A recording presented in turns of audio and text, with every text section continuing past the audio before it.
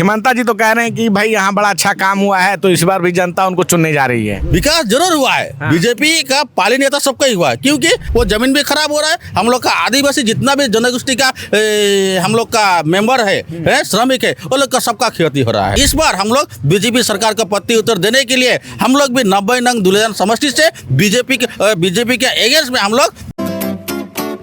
नमस्कार दोस्तों, अभी हम आसाम की चुनावी यात्रा पे हैं और आसाम में कांग्रेस और भाजपा में जोरदार टक्कर होने जा रही है। हिमंता विश्व शर्मा जो हैं दूसरी बार मुख्यमंत्री बनने के लिए पूरी ताकत लगाए हुए हैं, लेकिन साथ ही साथ इस बार जो है आसाम के चुनाव में झारखंड मुक्ति मोर्चा ने भी एंट्री मारी है। यहाँ पे असम में जो है असम गण परिषद है और आपको असम AJP भी है और आपको जय भारत पार्टी के साथ झारखंड मुक्ति मोर्चा ने कोलिशन किया है। ऐसे में 1 करोड़ आदिवासियों की संख्या है पूरे आसाम में, तो लगभग एक अच्छा खासा जो है वोट परसेंटेज आदिवासियों के पास आ जाता है।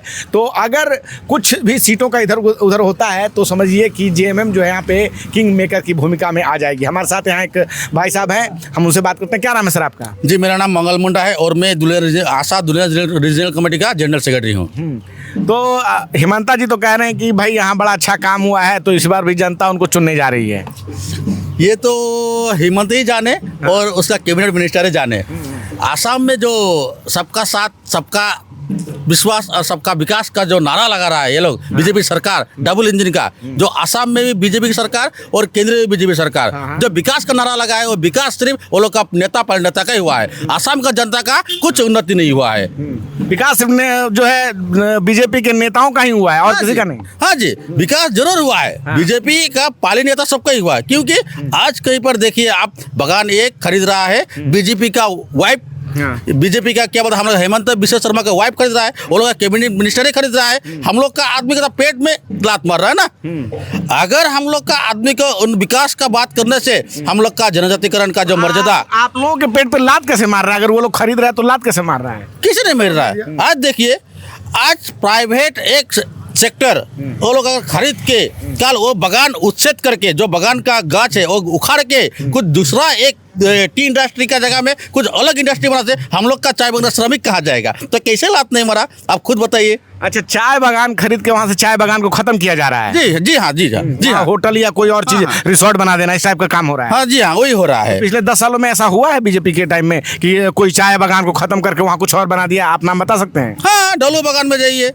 हैं कितना एकड़ कितना बीघा वहाँ डोलू बगान उठा के हैं वो कुछ दूसरा इंडस्ट्री बना जा रहा है। तो हम लोग का चाय बगान का श्रमिक कहाँ जाएगा?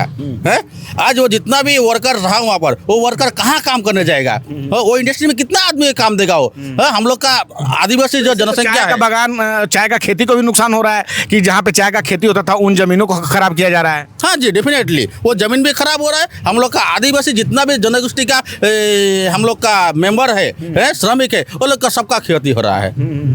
तो ऐसे में आदिवासी लोग यहाँ का क्या सोच रहा है कि उसको रोकने के लिए क्या सरकार को ज्ञापन दिया, कुछ लिखा कि भाई चाय बगान आपको खरीद के उसको खत्म कर देता है? तो क्या आदिवासी लोग का कोई संगठन जाकर मिला कि नहीं सरकार से? जी हाँ, ये अच्छा प्रश्न किया है।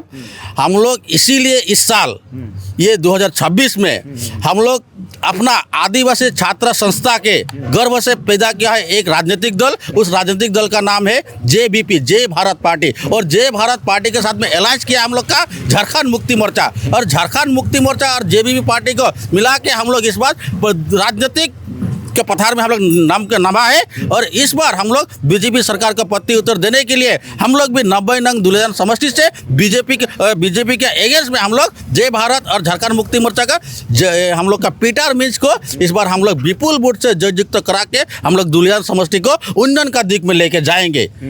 तो कांग्रेस भी तो है, आपको कांग्रेस पे भी भरोसा नहीं है?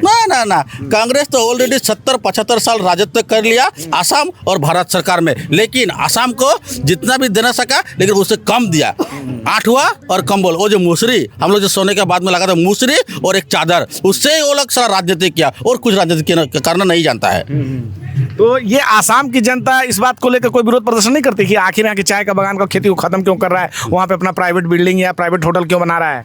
बार बार हम लोग का all Adivasi student association of Assam, हम लोग इतने ही मैंने रूलिंग गवर्नमेंट के विरुद्ध में हम लोग आंदोलन किया है। जब मोते बोले हम लोग का चाय का खेती उखाड़ के आप लोग क्यों दूसरा इंडस्ट्री बना रहा है? अगर दूसरा इंडस्ट्री बना से हम लोग का चाय बागान का श्रमिक का क्या होगा? है आज इतना एक तो बागान में धरने से जाने से आप कम से कम 2000-3000 चाय बागान का प्लाकार है, वो प्लाकार का लड़का लड़के का भविष्य क्या होगा? उस प्लाकार का भविष्य क्या होगा? ये इंडस्ट्री बनाने से हम लोग को अभी सरकार कितना % रिजर्वेशन दिया है? आज हम लोग का लड़का लड़की खुद हायर सेकेंडरी पास किया, ग्रेजुएट किया, वो लोग लेकिन आज 3% रिजर्वेशन दिया। वो 3% रिजर्वेशन में सपोज 1 लाख में कितना 3,000 लड़का लड़की सरकारी चाकरी पाएगा। और सरकारी चाकरी भी हम लोग का अभी बांध दिया है, और आदिवासी के नहीं टी ट्राइब बोल के हैं, वो टी ट्राइब रिजर्वेशन दे 3% में कितना निकलेगा हम लोग का?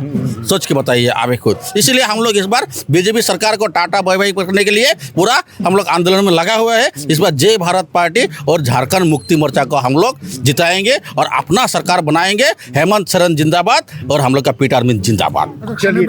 खाने पीने का थोड़ा पूछिए। तो ये हम अभी आपको दुलियाजान में है, और दुलियाजान में जिस तरह से आप देख सकते हैं कि आदिवासी जो लोग हैं उनकी अपनी समस्याएं हैं, और जिस प्रकार से वो बता रहे हैं कि कैसे यहाँ पे बीजेपी की सरकार के लोग जो है अपना विकास कर रहे हैं। जो चाय बागान जो है उनको ख़त्म किया गया और वहाँ पे होटल और रिसोर्ट खोल रहे हैं, और तो इससे जो है चाय बागान के मजदूर वो भी बेरोजगार हो रहे हैं। तो इन बातों को मेन स्ट्रीम मीडिया कहीं ना कहीं नहीं दिखाई पाती, और हम जब आए हैं तो हम मुख्यतः उन आदिवासी सीटों पे जा रहे हैं जहाँ पे झारखंड मुक्ति मोर्चा और आदिवासी जो वोटर होते हैं उनका जो एक बहुत निर्णायक वोट होता है। तो ऐसे में इस चुनाव पे बहुत बड़ा असर पड़ने जा रहा है, क्योंकि 19 सीटें जो है वो आदिवासी सीटें रखती है, और आदिवासी इस बार साफ साफ कह रहे हैं कि कहीं ना कहीं वो झारखंड मुक्ति मोर्चा की यहाँ पे एक जो है भूमिका सरकार में बनाएंगे। बाकी आप क्या सोचते हैं, अपनी राय में ज़रूर बताएं। धन्यवाद।